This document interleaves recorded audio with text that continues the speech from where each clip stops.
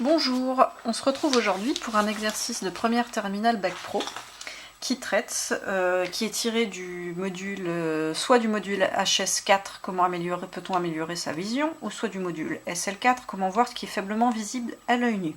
Les points techniques qu'on va aborder ici, ce sont l'utilisation de la formule de la vergence et aussi les constructions géométriques spécifiques à ces chapitres d'optique, donc à la lentille convergente. On vous donne un schéma plutôt classique d'optique géométrique.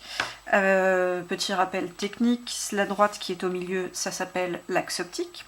Sur cet axe optique, je vois le point O. Le point O, c'est le milieu de ceci qui représente ma lentille.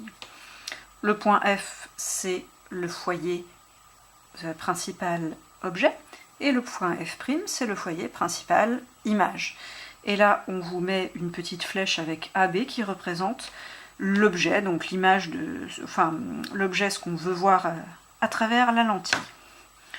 Alors d'abord, on vous demande quel type de lentille est représenté ici. Donc, il y a deux types de lentilles qu'on vous demande d'étudier, les lentilles convergentes et les lentilles divergentes. Celles qui sont représentées comme ça sont les lentilles divergentes.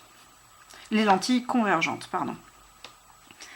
Donc ça, c'est une lentille convergente. Pour info,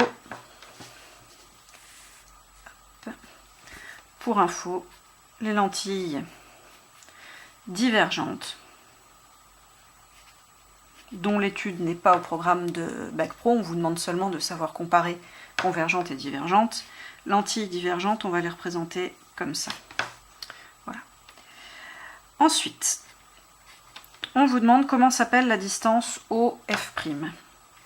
OF', qu'on appelle aussi des fois, vous le verrez peut-être des fois écrit petit f, c'est la distance focale. Donc c'est une grandeur qui est propre à ma lentille convergente. Ensuite, on vous dit que la vergence de cette lentille est de 10 dioptries. On vous demande d'en déduire la distance focale. Donc pour ça, on va étudier la formule de la vergence, qui est C est égal à 1 sur OF'. Donc une formule comme ça, c'est bien beau, mais ça ne sert à rien si on ne met pas les unités. C, c'est la vergence en dioptrie. Et le signe de la dioptrie, c'est petit delta, donc c'est delta minuscule. La lettre grecque delta, vous connaissez peut-être celle avec un delta majuscule, c'est une sorte de petit triangle. Donc ça c'est la majuscule, et ça c'est la minuscule qui correspond. OF', c'est, comme on l'a vu juste au-dessus, la distance focale en mètres. Alors attention, très important. C'est là qu'il y a source d'erreur. Quand vous faites un montage optique, une mesure, soit vous mesurez souvent en millimètres ou en centimètres. Donc si jamais vous ne mesurez pas directement en mètres, il faut faire la conversion, sinon votre calcul sera faux. Du coup, pour avoir ma distance focale, j'utilise ma formule. C est égal à 1 sur petit f. Et je remplace par ce que je connais. Donc grand C, ma vergence, on me dit qu'elle fait 10 dioptries. Donc 10 est égal à 1 sur petit f. Pour avoir f, ici, f est égal à 1 sur 10. Si la manip pour passer de là à là n'est pas évidente pour vous, je vous mettrai dans la description le lien vers une vidéo très bien faite de résolution d'équations. Donc par Yvan Monca du site Mathétique qui fait des super explications sur ce genre de choses. Là, du coup, si je fais l'application numérique, f est égal à 0,10. Attention, toujours l'unité, on a dit que ma distance focale était en mètres. Voilà, ici, mon résultat. Je peux le mettre en mètres, c'est l'unité de ma formule. Si je veux, je peux aussi dire que c'est 10 cm. Voilà. Ensuite, on vous demande une petite construction. On va refaire le schéma en entier, comme ça vous aurez toutes les étapes de construction. Alors en premier, je trace toujours mon axe optique qui est orienté. Je trace au milieu ma lentille, c'est une lentille convergente, donc mes flèches sont dans ce sens-là. Le centre de la lentille, donc, par là où passe l'axe optique, c'est le point O. Ensuite, F, je place les points F, donc foyer image, et F' foyer image, et F foyer objet. Bon bah là je ne vais pas le placer à 10 cm, je ne vais pas faire à l'échelle. L'important c'est seulement que les deux soient à la même distance de haut, parce qu'ils sont l'un est symétrique de l'autre par rapport à haut. Voilà.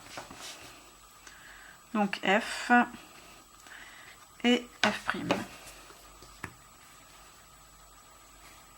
Mon objet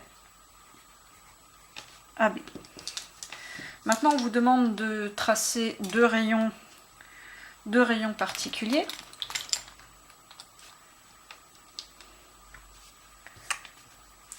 Le rayon émergent correspondant au rayon incidence, donc incident c'est celui qui arrive sur la lentille.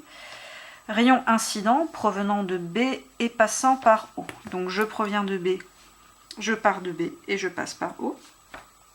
Et là la question c'est au niveau de ma lentille, qu'est-ce qui va se passer? Mon cours me dit que n'importe quel point, quel rayon qui passe par O n'est pas dévié. C'est une caractéristique des lentilles. Je vous conseille toujours de mettre des petites flèches pour orienter les rayons, ça rend votre schéma plus clair. Ensuite, le rayon émergent correspond à un rayon incident, donc toujours dans ce sens-là, parallèle à l'axe optique et passant par le point B. Donc je passe par le point B, mais je me mets parallèle à l'axe optique qui est ce trait noir. Voilà. La question c'est toujours qu'est-ce qui se passe quand je rencontre la lentille?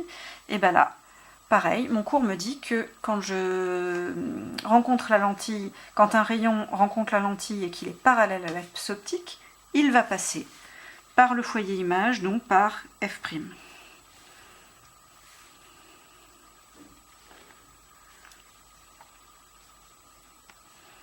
Voilà.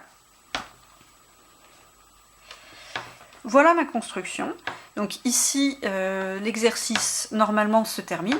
Moi, je vais aller juste quand même un tout petit peu plus loin, parce que si vous avez un autre type d'exercice.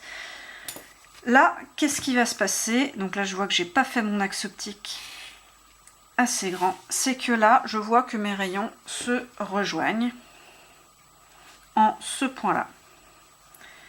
Et c'est comme ça que je vais pouvoir construire, oh là là, perpendiculaire c'est mieux, l'image de AB, qui va être l'image A', qui va être le vecteur A'B'. Donc je vais avoir, c'est comme ça que je construis l'image de AB sur ce type de construction géométrique. Donc là, qu'est-ce que je vois? Je vois une image qui est un A'B', une image plus grande que l'original, et renversée. Le AB est dans l'autre sens. Donc j'ai quelque chose d'agrandi et retourné. C'est une des caractéristiques de la lentille convergente.